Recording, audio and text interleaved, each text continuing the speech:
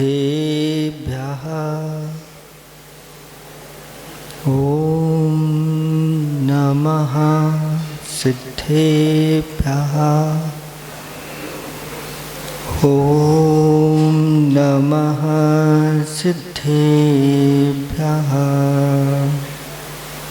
निर्मल जल सामान्य है जिनका चंदन से है दिव्य वचन, अक्षत सम अक्षत है श्रद्धा, सुमनो सा सुंदर तन।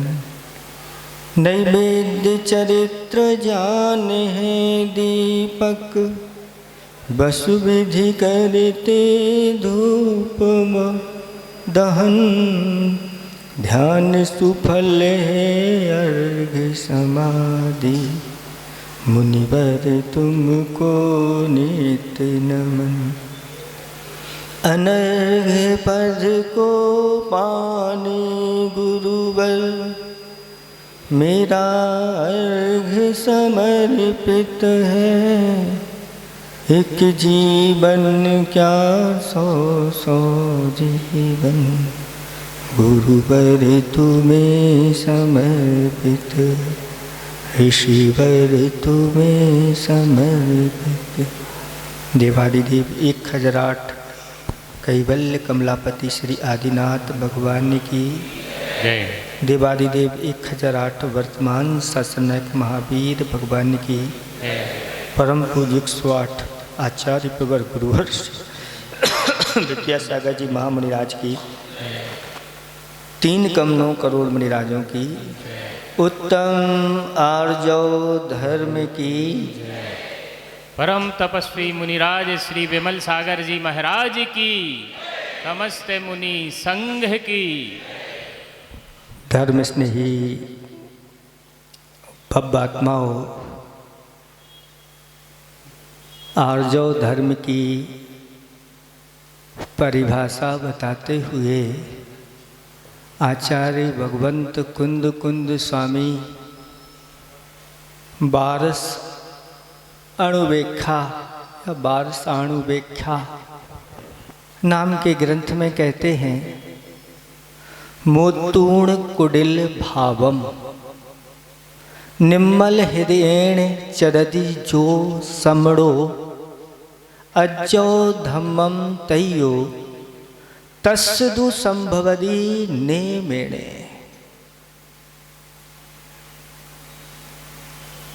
यहाँ पर कुंद कुंद भगवान श्रमणों के लिए उपदेश दे रहे हैं कि कुटिल भावों का त्याग करके निर्मल हृदय पूर्वक जो अपना आचरण करता है, उसके तीसरा आर्जव धर्म होता है, उन्हीं के अंदर यह धर्म प्रकट होता है। मुनिराजों के मुख्य धर्म हैं ये, श्रावक के गौण धर्म हैं। इसलिए मुनिराजों को उपदेश दिया गया है, अपने मन वचन और काय तीनों को शुद्ध रखना है। और आगम में कहा है कि जिसके मन वचन काय शुद्ध होते हैं, जिसके हृदय की शुद्धि है, जिसके वचनों की शुद्धि है और जिसके शरीर शुद्धि का अर्थ होता है यथाजात मुद्रा है, अथवा जो निर्दोष आगम के अनुसार भिक्षाचर्या करने वाले होते हैं, वो इस कलिकाल में भगवान संज्ञा को प्राप्त है। कौन कहता है कि भगवान नहीं होते? अगर इस प्रकार की उनकी चर्या है तो वो ही भगवान है। आज भी इस कलिकाल में भावलिंगी संत होते हैं, इसमें किसी प्रकार का कोई संशय नहीं करना, बस आपको ढूंढना है। महाराज कैसे ढूंढेंगे? तो कहते हैं भीतर से तो नहीं ढूंढ पाओगे, भाव केवल ही भगवान जानते हैं। लेकिन बाहर की चर्या से हम उनके 28 मूल गुणों से, अगर वह 28 गुणों का, मूल गुणों का पालन कर रहे हैं, हमारे लिए वह पूज्य है। अब उसमें फिर किसी प्रकार से कोई संशय नहीं करना कि भीतर से इनके भावलिंग है कि नहीं है, इनके छठवां सातवां गुणस्थान है कि नहीं है, इनके अंदर सम्यक दर्शन है कि नहीं है। किसी प्रकार का ऐसा संशय नहीं करना, क्योंकि ये हमारा विषय नहीं, ये हमारी पकड़ नहीं, ये केवली भगवंतों की पकड़ है, अथवा प्रत्यक्ष ज्ञानियों की ये पकड़ है। इसलिए उनकी अच्छी कुटिलता छोड़ करके उनकी भक्ति पूजा आराधना करना चाहिए। नहीं तो लोग साधुओं के पास आकर भी अपनी कुटिलता छोड़ते नहीं है। इसलिए सावधान हो जाना चाहिए। आचार्य भगवान कहते हैं, तेरी 2 आँखें तेरी ओर 1000 सतर्क हो जा। क्या कहा जा रहा है? अब इसको तेरी नहीं कह के ये कहो, मेरी 2 आँखें मेरी ओर 1000 सतर्क हो जा। नहीं तो तेरी शब्द लगाते हैं तो दूसरे की ओर ही दृष्टि चली जाती है और अपनी ओर दृष्टि नहीं जाती। दूसरे लोगों के अंदर तो बहुत सारे दुर्गुण दिखाई देते हैं, लेकिन अपने अंदर कितने हैं ये पता ही नहीं रहता, भूल जाते हैं। आचार्य भगवंतों ने कहा ये भी एक कुटिलता है। अनेक प्रकार की कुटिलताएं बताई हैं, उसमें एक भी एक कुटिलता है कि दूसरों के दोषों को उजागर करना, दूसरों की निंदा करना और अपनी क्या करना, प्रशंसा करना। अपनी प्रशंसा में तो घंटों निकाल देना।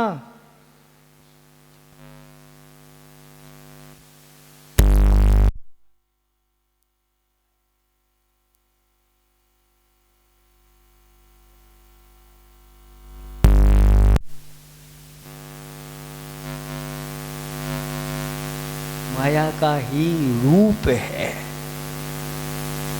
कितनी सूक्ष्म है ये माया।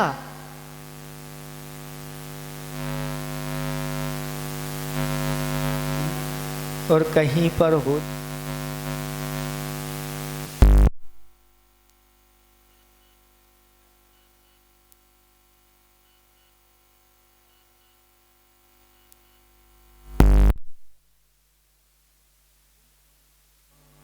परंतु वहीं से बहेगी नाली।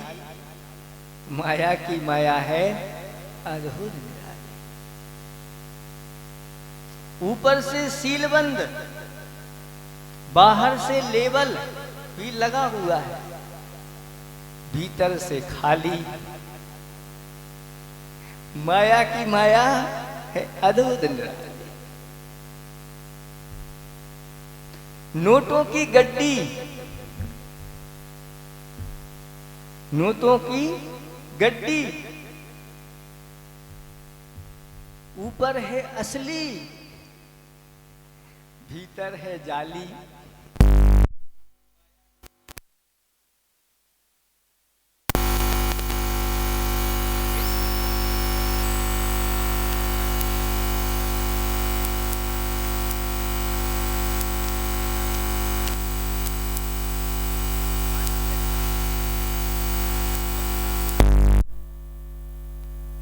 लेकिन मायाचारी कैसा होता है? मायाचारी या माया गूंगी होती है। कैसी होती है? गूंगी होती है और भीतर ही भीतर अनेक प्रकार के षड्यंत्र चलते रहते हैं। उसको कोई जान नहीं पाता कि क्या हो रहा है। आप लोग सवेरे सवेरे पूजा करते हैं, उसमें बहुत अच्छी पंक्तियां आती है। कपट चोरन के पुर ना बसे, बस इतना ही रखो। अभी कपट न कीजिए कोई, चोरन के पुर ना बसे। ये चोरों के नगर बसते हैं क्या? ये पूरा का पूरा नगर ही चोर है। साहूकार कोई नहीं हो तो वे चोर भी चोरी कहां करेंगे? अगर पूरे के पूरे लोग चोर हो जाएं तो कहते हैं चोरन के पुर ना बसे। चोर कहाँ रहते हैं? आज के चोर की बात अलग है। पहले जो चोर होते थे, डाकू होते थे, वह नगर के बाहर कहीं जंगल में, एकांत में, पहाड़ी पर, गुफा आदि में इस प्रकार से रहते थे और वहां पर कोई पहुंच नहीं पाए, ऐसे रास्ते से वह जाते थे। उनके रास्ते अलग होते थे। इसीलिए कहा कि चोर अपने बस्तियों में खुल करके ऐसे नहीं रहते थे। वह हमेशा अपने आप को छुपा करके रखते थे और डरते थे, भयभीत होते थे। एक कथा आती है, आप सब लोगों ने सुनी होगी, कि नगर में चोरी हो गई। सर्वत्र खबर फैल गई कि चोरी हो गई, चोरी हो गई। वो चोरी आए दिन होती रहती थी। उसकी उतनी चर्चा नहीं होती थी, लेकिन ये चोरी ऐसी हुई कि राजा के यहाँ ही चोरी हो गई। और राजा ने कोतवाल को बुलाया और कोतवाल से कहा, रे कोतवाल, चोर को पकड़ करके लाओ। 7 दिन के अंदर अगर चोर पकड़ करके सामने नहीं किया तो तुम्हारे लिए कोतवाल पद से अलग कर दिया जाएगा और दंड भी दिया जाएगा। अब कोतवाल को चिंता हो गई, और जब चिंता आ जाती तो क्षुधा और निद्रा चली जाती। 3 चीजें हैं, 3 में से अगर कोई एक आ जाए तो 2 चली जाती है। क्षुधा, निद्रा और चिंता। 3 में से कोई एक आ जाए तो 2, जिस समय आप भोजन करते हो उस समय नींद आती है, हैं? महाराज प्रवचन सुनते समय, क्लास पढ़ते समय, लेकिन जिस समय अगर भूख लगी है और भोजन अच्छा अच्छा रखा है तो नींद आती है, नींद चली जाती है। और फिर कोई चिंता रहती है नहीं, अभी कोई चिंता नहीं, पहले तो अच्छे से भोजन होने दो। और जब निद्रा आ जाती है उस समय आपका भोजन होता है, भूख कहाँ चली गई पता नहीं चलता। और निद्रा, नींद लग गई, फिर उस समय चिंता। और अगर चिंता आ जाए तो नींद भी चली जाती है और भूख भी चली जाती है। अब पुरुषार्थ चल रहा है, चोर की खोज की जा रही है, लेकिन किसी को पता नहीं कि आखिर चोर कौन है, ऐसी चोरी कौन करता है। और बैठा बैठा सोच रहा है क्या किया जाए। इतने में कोतवाल के घर के सामने एक भिक्षुक कहता है कि मुझे कुछ खाने को दो। कोतवाल कहता है यहाँ प्राणों की परी है और आप भोजन मांग रहे हो। वह अनुभवी व्यक्ति थे। वो कहते हैं जो जगह जगह जाकर के इस प्रकार से भिक्षा भोजन करते हैं, उनके अनुभव पूरे घर के, मकानों के, मोहल्लों के, नगर के, कहाँ पर कौन बैठता है आदि आदि, वो सबकी खबर अनुभवी है। वो कहता है कि आप बताइए, आपको ऐसी कौन सी चिंता है, आपकी कौन सी समस्या है, मुझे बताओ, कुछ मैं उसको हल कर सकूं। वह कहता है कोतवाल कि नगर में राजा के यहाँ चोरी हो गई है और चोर पकड़ में नहीं आ रहा है, राजा ने घोषणा कर दी है। तो वह कहता है मुझे वो चोर पता है, मैं बता सकता हूं। वह कहता आपको पता है? हाँ बता। ये बताओ नगर में कोई ऐसा निष्प्रय व्यक्ति है जो विशेष अलग ही है? हाँ कहते हैं नगर में तो नहीं है, नगर के बाहर एक बहुत बड़े तपस्वी हैं और वो, उनका नाम है क्या? अप्सर जीवक। यानी वो अपने हाथ में शिला लिए रहते हैं और जब भी कदम रखते हैं वो कहते हैं हटो हटो हटो, कोई जीव यहां हो तो हटो, मेरा पैर उस पे ना पड़ जाए।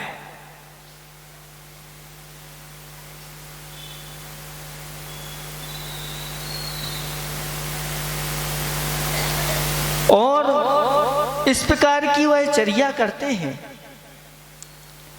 दिन भर वह अगर चलते नहीं हैं तो बैठ जाते हैं एक वृक्ष की पर, सीके के ऊपर, उसी में बैठ करके वह तपस्या करते हैं।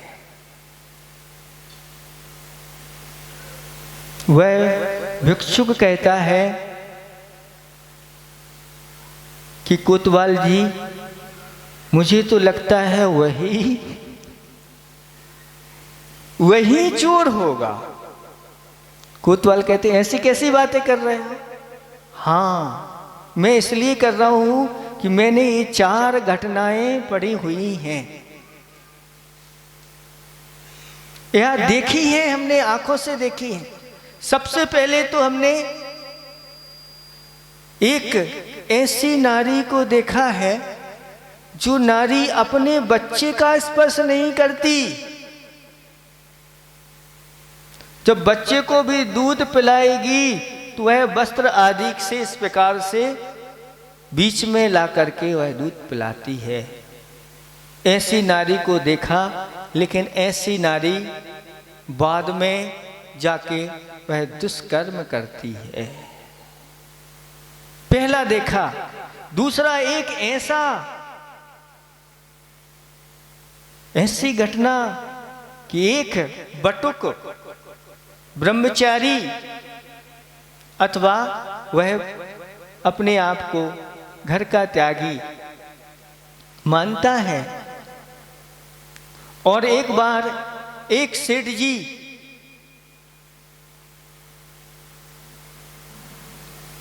घर से बाहर निकले और एक लकड़ी के अंदर उन्होंने बहुत सारी सोने की मुहरें, असरफी आदि रख ली कि इसके माध्यम से आगे की हमारी व्यवस्था होती चली जाएगी। लेकिन रास्ते में वह मिल गया और साथ में हो गया, और साथ साथ जाते जाते उसने भांप लिया कि ये अपनी लकड़ी को साथ में रखते हैं, इसको छोड़ते नहीं, इसमें कुछ ना कुछ है।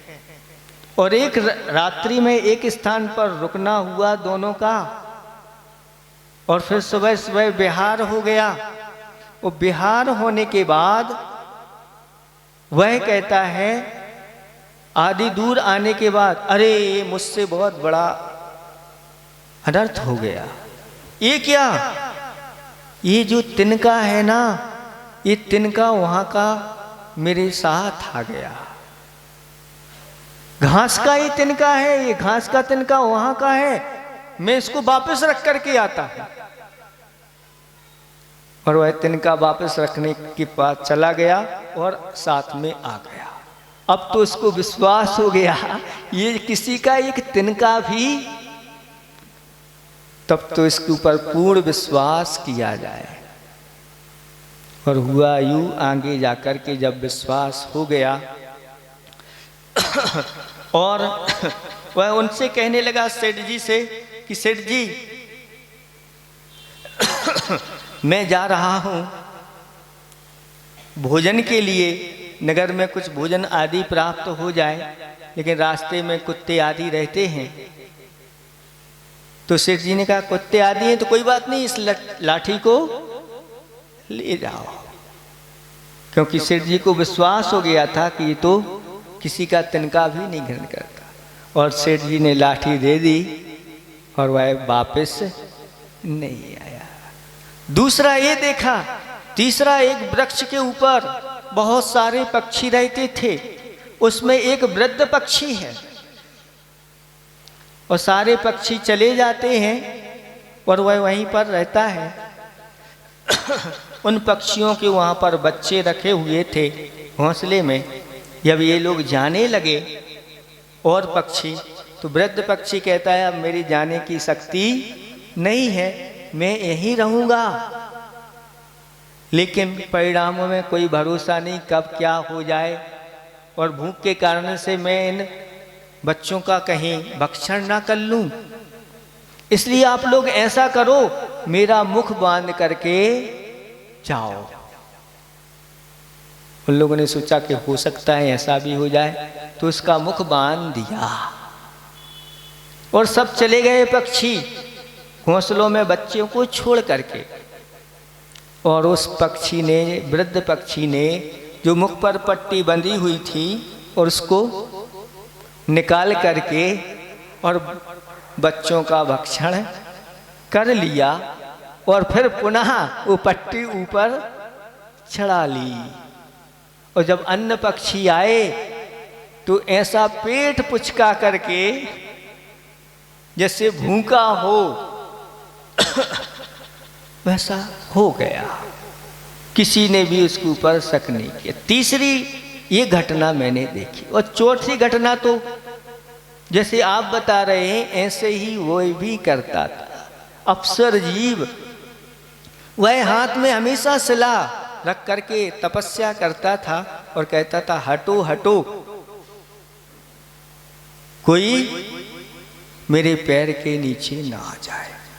लेकिन जब कोई अकेला वहां से व्यक्ति निकलता था और वह उसके ऊपर अपनी शिला पटक देता था और उसके पास जो कुछ था वह ले लेता था। इसलिए चोर वही होगा। अब क्या हुआ? अब वह कहता है चिंता नहीं करो, मैं जाकर के पक्का पता करता हूं। और वह रात्रि में, रात्रि होने वाली थी उसके पहले वहां पहुंच गया जहां पर वह रहता था और देखा यहाँ कुछ लोग रहते हैं और भी लोग रहते हैं। वह कहता है कि रात होने वाली है, अब मैं आगे नहीं जा पाऊंगा, मैं रात्रि विश्राम यहीं करना चाहता हूँ। मुझे आंखों से दिखाई नहीं देता। अंधा जैसा बन करके वहाँ पहुँच गया और उन लोगों ने, चोरों ने सोचा कि ये अंधा है, लेकिन अंधा है, वास्तविक अंधा है कि नहीं, और थोड़ा सा उसके आंखों के सामने कुछ ले जा करके ऐसा किया, लेकिन उसने भी अपनी आंखें टिमकार नहीं ली और ठीक है अंधा है, इसको वहीं पड़ा रहने दो। और जैसे ही रात्रि हुई 12 बजे और काम चालू हो गया, जो चोरी का माल था वह ले जा करके एक कुएं में पटकना प्रारंभ कर दिया, गहरे स्थान में डालना प्रारंभ। और वह सब देखता रहा। ये वास्तव में जो सोचा था वही निकला है। और जाकर के कोतवाल को खबर कर दी और कोतवाल ने अपने सिपाहियों को ले जा करके और हमला कर दिया और पकड़ लिया गया। कपट न कीजिए कोई, चूरन के पुर ना बसे। उनके पुर नहीं बसते, लेकिन आज की स्थिति कुछ अलग होती चली जा रही। अब चोर आपको, डाकू आपको जंगल में नहीं मिलेंगे। तो शास्त्रों में तो ऐसा लिखा था कि चोरन के पुर ना बसे। अब तो स्टैंडर्ड के चोर हो गए हैं, शान से रहते हैं और घर बैठे ही आपकी चोरी कर लेते हैं। बहुत सारे लोग सुना जाते हैं, महाराज मेरे इतने रुपए निकल गए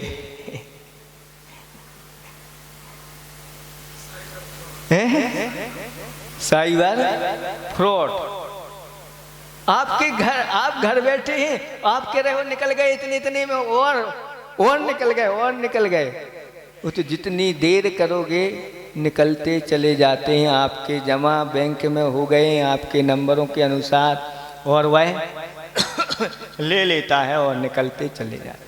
आपके घर भी नहीं आया और बैंक में भी नहीं गया, और घर बैठे कैसा उसने जादू किया कि नोट उसके खाते में आ गए। ऐसे हो जाता है। आज पकड़ना बहुत कठिन है, मतलब धीरे धीरे, मतलब चोर जो है उसमें भी क्वालिटी बढ़ती चली जा रही है। ये सारी मायाचारी, आगे जाके इसका फल क्या होगा इसके बारे में आप विचार कर सकते हैं। जैसे महाराज जी ने अभी एक कथा सुनाई कि महाराज ने ज़्यादा कोई मायाचारी नहीं की थी, सिर्फ इतना ही उन्होंने मुख से नहीं कहा कि मैं वो महाराज नहीं हूं।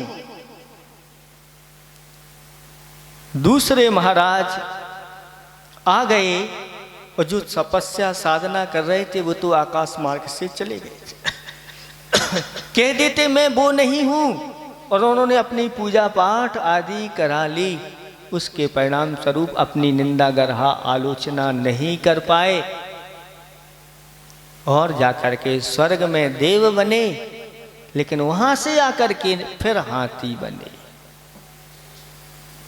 और हाथी पर्याय में उनको जाति स्मरण हुआ, और जाति स्मरण होते ही हाथी पर्याय में भी उन्होंने ऐसा पुरुषार्थ किया कि खाना पीना सब बंद कर दिया और सल्लेखना धारण कर ली। अब मैं कुछ खाऊंगा पीऊंगा नहीं, और सल्लेखना धारण करके फिर स्वर्ग। तो आचार्य वैकुंठ कहते हैं ये मायाचारी हमारे अंदर अनादि काल से इसके संस्कार बैठे हुए हैं।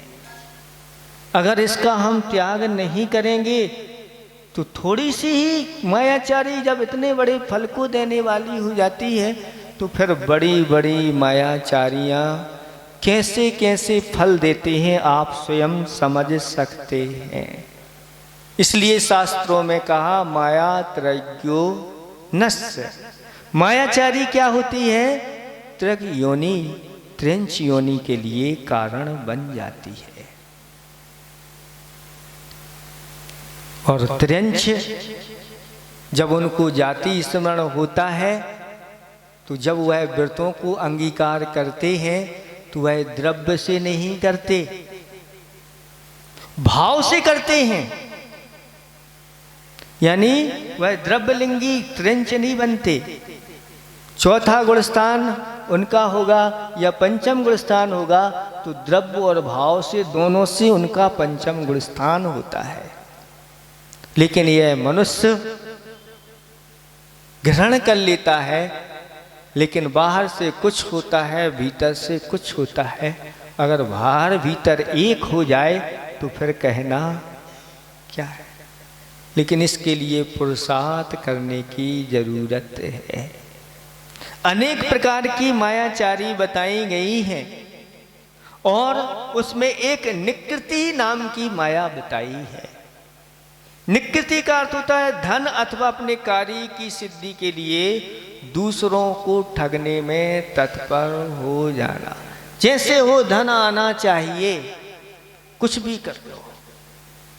तो आचार्य भगवान कहते हैं ये मायाचारी अशुभ आश्रय कराने वाली होती है, त्रिंच निंद योनियों में ले जाने वाली होती है, इसलिए इससे बचो। कोई ग्राहक आया और उस ग्राहक से कितना ले लिया? चौगुना मुनाफा ले लिया। मुनाफा चौगुना पाकर, मुनाफा चौगुना खाकर दिया ऊपर से ताना है कि तुम्हारे लिए इसलिए दे दिया सस्ता कि ग्राहक पुराना है। चौगुना मुनाफा खा लिया और खा करके उससे कह रहे हैं बहुत सस्ता दे दिया तुम्हारे लिए, कहीं मिलने वाला नहीं, क्योंकि तुम हमारे पुराने ग्राहक। एक तो मायाचारी वो की तो वचनों में भी मायाचारी हो गई और मन में भी मायाचारी हो गई, काय में भी मायाचारी हो गई। महाराज इसके बिना तो दुकान चलती ही नहीं, क्या करें क्या करें। नहीं, ऐसे भी हैं जो इस प्रकार की कोई मायाचारी नहीं करते, उनकी दुकान प्रसिद्ध है, सबसे ज्यादा चलती है, फुर्सत नहीं है उनके पास। लेकिन हम अपना मायाचारी के माध्यम से पुण्य कम करते चले जाते हैं, पाप को भरते चले जाते हैं। आप एक बार बना तो लो, विश्वस्त हो जाओ लोगों के, नहीं इनकी दुकान पर एक ही रेट का माल मिलता है। आप लेना है कितना लेना ले लो, उसमें डाल कितना डालना 10%, 20%, एक बना लो अपना दुकानदारी में, बस इस पर इतना ही हमें लेना है। कोई कहे कि इससे 1 रुपये कम में दे दो, हम नहीं देंगे, बस इतना हमें चाहना चाहिए। हाँ लेना हो तो लो, नहीं तो जाओ। वह घूम करके आएगा और आपकी दुकान से ले जाएगा। और विश्वास हो गया कि लोग इससे कई गुने रेट आदि लेते हैं, ये तो फिक्स है इनका, और एक रेट की इनकी दुकान है। फिर लोग ना तो भाव करते हैं, ना सेठ जी भी भाव दिखाते हैं। इस प्रकार से नहीं, घंटों चलता है, एक ग्राहक के लिए घंटों निकाल देते हैं। और 1000 से वह वस्तु चालू होती है, 1000 से फिर 500 पे आ जाते हैं और फिर लास्ट में 100 रुपये में लेकर के वह चला जाता है। कितना मिला उसके ऊपर मुनाफा? 90 की वस्तु थी, 100 में बिकी, मात्र 10 रुपये मिले। और 1 घंटा ऐसे ही चला गया, पाप में चला गया। लेकिन एक व्यक्ति उस 1 घंटे में लाखों रुपए का माल निकाल रहा है और हजारों उसमें कमा रहा है, क्योंकि उसने 10% बना लिया है, बस इतना लेना है। तो इस प्रकार से भी कर सकते हैं। दूसरे नंबर की उपाधि नाम की एक माया होती है, उसमें अपनी सज्जनता को ढक दिया जाता है और ढक करके फिर लोगों को ठगा जाता है।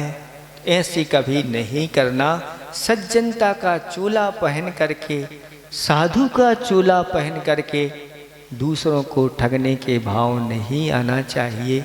अंदर से उनके कल्याण की बात निकलना चाहिए, कल्याण का ही भाव होना चाहिए। तो जाकर के यह आर्जव धर्म का पालन होता है। नहीं तो स्वयं को तो कहते हैं ना कबीरा आप ठगाइए और न ठगिए कोई, आप ठगें सुख उपजे पर ठगे दुख होए, ऐसी कुछ है। स्वयं ठगाए जाओ कोई बाधा नहीं, लेकिन दूसरों को नहीं ठगो। अगर स्वयं ठग गए तो कोई बात नहीं, कम से कम उसका तो ले तो गया, उसका भला होगा। लेकिन अगर उसको हमने ठग लिया तो मेरा क्या होगा, मेरी क्या दशा होगी, मेरी क्या गति होगी। जो इसको विचार करता है फिर वह दूसरों को ठगने के लिए अपनी प्रक्रियाएं बंद कर देता है और सोचता है, विचार करता है कि अब मुझे नहीं। एक बार यह मनुष्य पर्याय बहुत दुर्लभता से मिली है और गई तो फिर त्रिंच आदि गतियों में चले गए तो कोई भरोसा नहीं। एक साती प्रयोग नाम की माया होती है। वह साती प्रयोग यानी कोई धरोहर रख गया और उसको हड़प लिया, कब विवाद कर दिया, कब आए थे आप, में आए, कौन हो आप कौन हो आप, मैं नहीं पहचानता, भूल गए, हमें जानते ही नहीं आपके लिए। ये भी धरोहर हड़प कर लेना, ये भी एक माया है। और दूसरों के दोष दूसरों में ही प्रकट करते हैं ना, उनके दोषों के बारे में, वो ऐसे हैं, वो ऐसे हैं, वो ऐसे हैं, वो ऐसे हैं, और अपनी प्रशंसा करना, मैं ऐसा हूं, मैं ऐसा हूं, ऐसा हूं। ये भी एक माया का रूप है। और एक प्रणधि नाम की माया होती है, उसमें महंगी वस्तु में सस्ती वस्तु मिला करके हो जाना। और नापने तोलने की जो वस्तुएं होती हैं उनको क्या करना, उनको छोटा बड़ा करके रखना। छोटा बड़ा करके कैसे बड़ा जी, छोटा करके रखेंगे और कुछ लोग बड़ा करके भी रखते हैं। छोटे करके कौन, जैसे नापने की कोई वस्तु है, मीटर आदि, तो मीटर को छोटा करके रखते हैं ना, वो 5 मीटर हो गई। अथवा कुछ लोग मीटर से नापते हैं तो कहते हैं भाई मीटर खिसका देते हैं। कैसा खिसकाते हैं, उन्होंने तो नापा तो 5, वहां गए घर नापा तो 4.5 रह गया, 4 रह गया। कैसे वो खिसकाने की कला उनके पास आ जाती है। और इसी प्रकार से तराजू में भी चलती है कि अपने घर के बाट बना लेते हैं। लेकिन आज इस प्रकार के दूसरी चीजें चलने लगी, लेकिन उसमें भी बताते हैं गड़बड़ी हो जाती। इलेक्ट्रिक कांटे में भी गड़बड़ी होती है। लोग हमें स्वयं सुना जाते हैं, महाराज ऐसी है वो इलेक्ट्रिक कांटे, उसमें तोल है और इतनी तोल तो हम कम कर देते हैं, इसमें ऐसा सब फिक्स करना पड़ता है, क्योंकि उसी रेट क्या उनको चाहिए है। जिस रेट में मैं लाया हूं उसी रेट में देना है। अब क्या होगा अगर ऐसा व्यापार करेंगे तो हो। और उधार भी चाहिए है, तो उधार चाहिए है, उसी रेट में चाहिए है तो ले लो, वो दे देते हैं और ले जाते हैं। इस प्रकार से आचार्य श्री सुनाते हैं कि पहले वो नापने की वो चलती थी कुरैया, कुरैया हैं? चौथिया, कुरैया, पोली, पाई, पसेरी ऐसी चलती थी। तो उस समय भी ये चलती थी माया। और राक्षसी कहते हैं वह दो प्रकार के रखते थे। एक छोटी कुरैया यानी 4.5 किलो वाली, और एक 5.5 किलो वाली। और जब कोई व्यक्ति माल देने के लिए, कोई मान लो गेहूं आदि लेकर के आया, तो फिर कैसे मंगाना है वो कुरैया? तो कहते बड़ी बहू ले आओ, और बड़ी बहू वो लेकर के आ जाती थी और नाप करके ले लिया। अब कोई मान लो दुकान पर गेहूं आदि लेने के आ गया, घर ही में दुकान है, और वह देने के लिए, अब लेने के लिए आ गया है, उसको गेहूं चाहिए था, तो कहते हैं छोटी बहू ले आओ। वो छोटी बहू मतलब 4.5 किलो वाली लेकर के और उसको दे दिया, और 20 बार उसको नाप दिया तो 1 क्विंटल हो गया। लेकिन 20 बार नापा तो आधा किलो कम हुआ, तो 10 किलो 90 किलो उसको दिया और 1 क्विंटल का ले लिया। तो ये इस प्रकार की चलती है। बहू तो एक ही है, बहू घर में एक ही है, लेकिन छोटी बहू और बड़ी बहू एक कोट भर के इस प्रकार के चलते हैं। ये चलते रहते हैं, नंबर डाल देते हैं आदि आदि। वो सब आप लोगों के ग्राहक से, इस प्रकार से आपके जो काम करने वाले हैं, भाई हैं आपस में, हाँ चर्चा हो जाती है, उसी के सामने हो जाती है। ये सारी चीज़ें ये सब चलती रहती हैं। इस प्रकार की माया ये प्रधि माया कहलाती है। और एक पिति कुंचन नाम की माया है, यानी जब हम कोई दोष कर लेते हैं तो गुरुओं के पास भी वह दोष बताते हैं, तो भी वह मायाचारी पूर्वक बता देते हैं, घुमा फिरा करके, सही सही नहीं बताते। तो वो एक माया है। इसलिए इस मायाचारी से बचना है तो संकल्पित हो जाओ। अगर घर का त्याग नहीं कर पा रहे हैं, कोई बात नहीं, व्यापार कर रहे हैं, उसमें आप एक लिमिट बना लो जिससे मायाचारी नहीं करना पड़े। क्योंकि ऐसी मायाचारी करते हुए दुकान पर बैठ कर के आयु का बंद हो गया तो क्या होगा? बस गए काम से, अब फिर वहां पर कुछ नहीं मिलता। किसके लिए कर रहे हो ये मायाचारी? महाराज बहुत सारा दान भूला है, तो धर्म के लिए मायाचारी कर रहे हो क्या? आचार्य भगवान कहते हैं कि नहीं, जो आपने जीवन पर्यंत मायाचारी से कमाया है, उस पाप को धोने के लिए आपने दान किया है। और दान के लिए ही अगर आप मायाचारी चालू कर दो तो कहते हैं भैया राम राम, मुख में राम राम और बगल में छुरी। तो ये क्या है? ऐसा नहीं करना चाहिए। इसलिए का बड़े बड़े दान नहीं करो, जितनी शक्ति है उतना करो। आप पार हो जाओगे, लेकिन डाका डाल करके, चोरी करके, और फिर हम यहाँ पर घोषणा करें और अच्छे लोग तिलक लगाएं, माला पहनाएं, ये सब मायाचारी दान आदि में भी चलती रहती है। इसलिए इन सब चीज़ों से बचना है।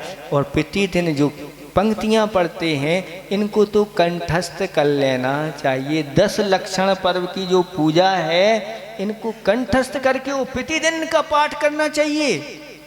जैसे आप लोग 12 भावना भाते हैं, वैराग्य भावना भाते हैं, उस प्रकार से 10 लक्षण की ये भावनाएं भी भाना चाहिए, जिससे पता तो चले कि क्या हो रहा है। कपट न कीजिए कोई, चोरन के पुर ना बसे, सरल स्वभावी होए,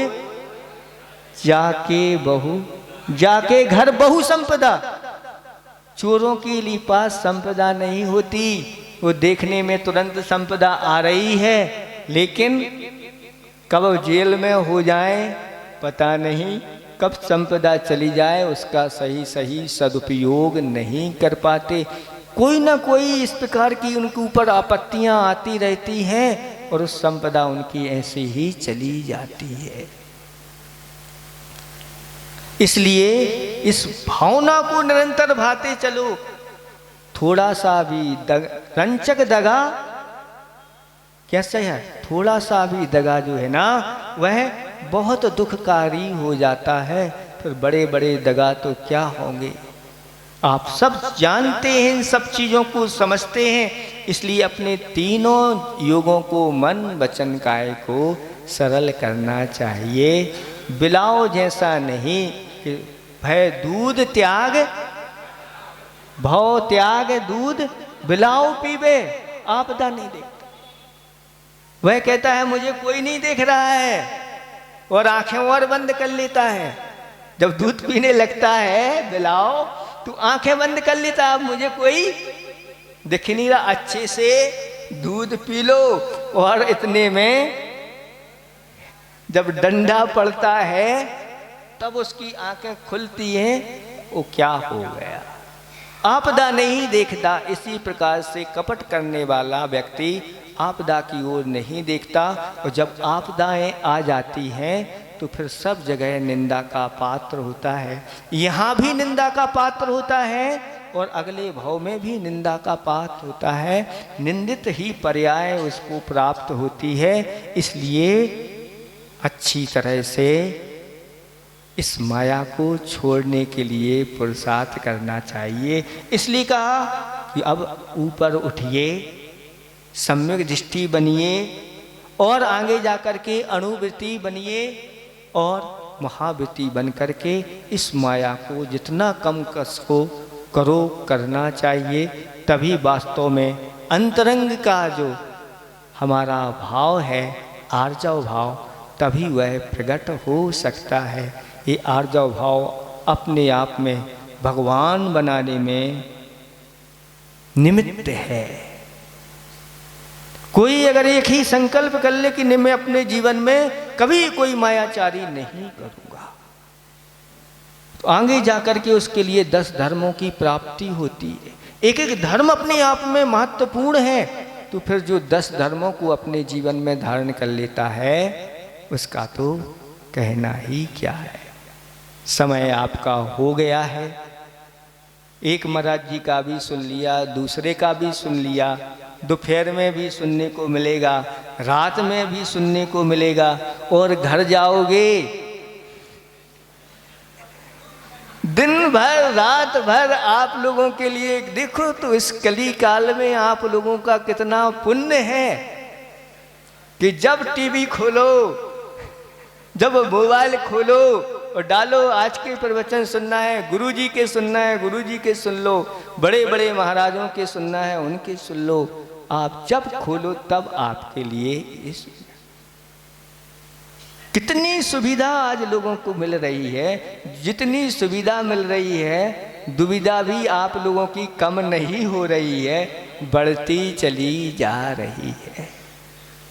और पहले क्या होता था, थोड़े से मुनिराजों का सानिध्य मिला और मुनिराज ने उपदेश दिया, तुरंत कायु सर्ग किया और हो गया काम। घर छोड़ के चले जाते, सब चले जाते, लेकिन 1 घंटा उपदेश सुन लिया, मजा नहीं आया, मजा नहीं आया। कोई और हाई फाई चाहिए था, कोई इधर से ऊपर से नीचे कर दे, नीचे से ऊपर कर दे, ऐसा कोई प्रवचनकार हो और हल्ला बाहर तक हो जाए और भीड़ इकट्ठी हो जाए। क्या प्रवचन हुआ है। ये स्थिति हो रही है भैया। आगम की बात तो आगम की बात है। आप लोगों के लिए इतनी सारी सब चीज़ें इकट्ठे करके देना पड़ता है, क्योंकि सीधी सीधी सुना, महाराज ने तो सीधा सीधा सुना दिया, कुछ ऐसा विशेष बताया ही नहीं। अब ऐसा क्यों हो रहा है क्योंकि वर्तमान में सरलता कम होती चली जा रही है, कुटिलता बढ़ती चली जा रही है। नहीं तो बता दिया भैया ये 7 तत्व होते हैं, ये पाप हैं, ये पुण्य है, ये व्रत है, ये अव्रत है। हो महाराज तो कायो सर के यह व्रत लिए और महाराज के साथ ही होकर के चले जाते। लेकिन अब वर्तमान में, लेकिन फिर भी आप अपना स्वभाव नहीं भूलते, तो हम भी अपना स्वभाव क्यों भूलें? कभी तो कुछ ना कुछ आपके अंदर उतरेगा। और हम तो ये समझते हैं इतनी सभा में अगर एक व्यक्ति ने भी अगर अपने अंदर ऐसे भाव बना ली कि नहीं अब मुझे इस माया को छोड़ना है, तो हमारा उपदेश सफल हो गया। अब कोई नियम नहीं ले रहा है तो हम उपदेश नहीं करेंगे, कोई धारण नहीं कर रहा तो नहीं, उपदेश तो हम, जब आप अपना स्वभाव नहीं छोड़ रहे हो तो हमारा स्वभाव भी तो उपदेश देने का है, हम कैसे छोड़ दें? इसलिए आप लोग आज तीसरा दिन हो गया है, क्रम से आपके 2 तो निकल गए, अब क्षमा धर्म निकल गया और मार्दव धर्म निकल गया, आर्जव भी निकल रहा है धीरे धीरे। ये सब निकलते चले जा रहे हैं, इनको निकालना नहीं है, अपने अंदर धारण करना है।